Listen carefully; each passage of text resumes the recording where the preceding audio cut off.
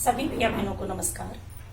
आज हम हिंदी व्याकरण के अंतर्गत अलंकार का अध्ययन करेंगे। अलंकार आपके वैसे 6th क्लास से ही प्रारंभ हो जाते हैं और ये आपके 12th तक काम में आने वाले हैं।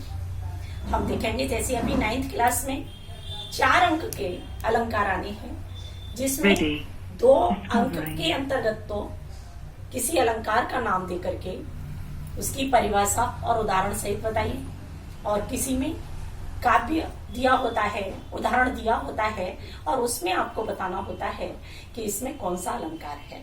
तो इस तरह से 9th क्लास में 4 अंक और 10th में और 12th में भी 4 अंक का काव्य सौंदर्य की दृष्टि से, क्योंकि आपको काव्य सौंदर्य लिखने के लिए आता है तो उसमें भी आपको ये काम में आने वाले हैं।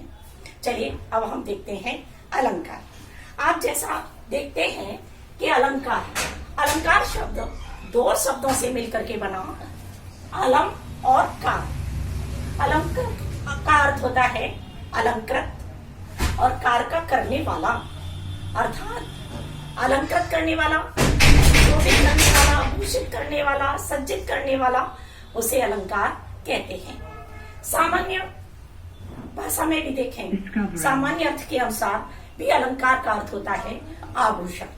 आप जानते हैं कि जिस प्रकार से आभूषण धारण करने से स्त्रियों की शोभा बढ़ जाती है, उसी प्रकार से काव्य के अंतर्गत भी अलंकारों का प्रयोग करने से काव्य की शोभा बढ़ जाती है। आगे हम देखते हैं, परिभाषा देखेंगे कि काव्य की शोभा बढ़ाने वाले तत्व अलंकार कहलाते हैं। अलंकार की परिभाषा क्या हुई कि काव्य की शोभा बढ़ाने वाले जो तत्व हैं वह अलंकार कहलाते हैं। अलंकार 2 प्रकार के होते हैं। अलंकार 2 प्रकार के हैं, शब्दालंकार और अर्थालंकार। शब्दालंकार किसे कहते हैं कि जहां काव्य में शब्दों के माध्यम से जब काव्य की शोभा बढ़ती है तो वहां शब्दालंकार होता है, और अर्थालंकार जहां अर्थ के माध्यम से काव्य की शोभा बढ़ती है वहां अर्थालंकार होता है। देखेंगे सबसे पहले शब्दालंकार। शब्दालंकार के मुख्य रूप से 5 भेद देखते हैं: अनुप्रास अलंकार, यमक अलंकार, श्लेष अलंकार, पुनरुक्ति प्रकाश अलंकार और वक्रोक्ति अलंकार। अब हम आज पहले शब्दालंकार का अध्ययन करते हैं। शब्दालंकार में सबसे पहले है अनुप्रास अलंकार। अब अनुप्रास अलंकार किसे कहते हैं कि जब काव्य में किसी एक ही वर्ण की आवृत्ति बार बार होती है वहां अनुप्रास अलंकार होता है। तय क्या हुआ कि काव्य में जब एक ही वर्ण माने अक्षर, यानी वर्ण आप सब जानते हैं कि भाषा की सबसे छोटी इकाई वर्ण कहलाती है। तो यहाँ पर यानी एक ही वर्ण अर्थात एक ही अक्षर की आवृत्ति जहाँ बार बार होती है वहां अनुप्रास अलंकार होता है। एक से अधिक बार आता है या बार बार होती है तो वहां अनुप्रास अलंकार होता है। अब हम अनुप्रास अलंकार को देखिएगा उदाहरण के माध्यम से समझते हैं।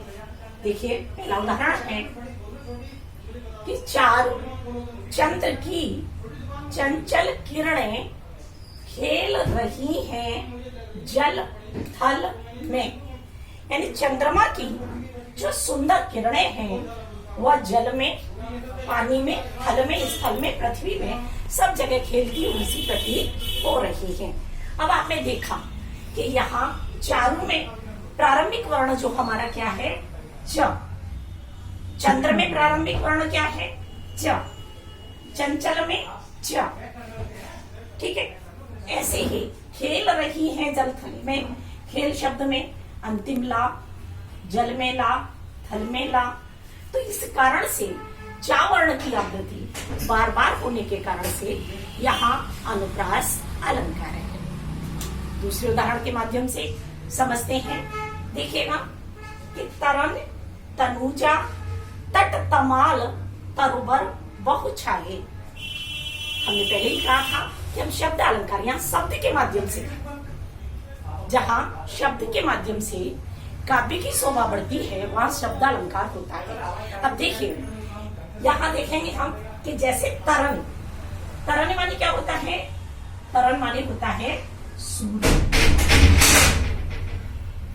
और तनुजा, तनुजा माने पुत्री। Discovering. अब देखेंगे कि तरन तनुजा माने सूर्यपुत्री। सूर्यपुत्री किसे कहते हैं? यमुना को। यदि इसी बात को कभी सीधा सीधा अगर इसी के लिखता कि यमुना के किनारे तमाल के वृक्ष हैं तो सामान्य सा बात लगता, लेकिन काव्य की शोभा को बढ़ाने के लिए उन्होंने कैसे कहा कि तरन तनुजा तट तमाल तरवर बहुत छाए। आपने देखा कि इसमें तरन शब्द में त, तनुजा में त, तट में त, तमाल में त और तरवर में प्रारंभिक शब्द हमारा क्या है? प्रारंभिक अक्षर क्या है? प्रारंभिक वर्ण क्या है? त। तो आपने देखा कि यहाँ त वर्ण की आवृत्ति बार बार होने के कारण से यहाँ अनुप्रास अलंकार है। और उदाहरण देखते हैं कि कालिंदी कूल कदम की डारन। आप देखें कि जैसे कालिंदी में जो कालिंदी शब्द है इसका प्रारंभिक वर्ण क्या है? क। कूल का क, कदम में क। तो इसलिए का वर्ण की आवृत्ति बार बार होने के कारण से यहाँ अनुप्रास अलंकार है। दूसरा उदाहरण देखते हैं कि मुदित महीपति मंदिर आए, सेवक सचिव सुमंत बुलाए। अब इस यहाँ देखिएगा कि मुदित शब्द के अंतर्गत प्रारंभिक वर्ण है म, महीपति में म, मंदिर में म और सेवक में स, सचिव में स, सुमंत में स। तो इस कारण से यहाँ म व सा वर्ण की आवृत्ति बार बार होने के कारण से यहाँ अनुप्रास अलंकार है।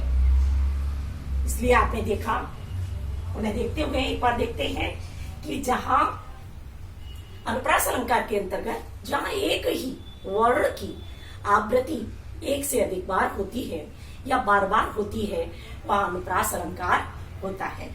और इसके साथ ही अब अगले वीडियो में आगे अध्ययन करेंगे। धन्यवाद।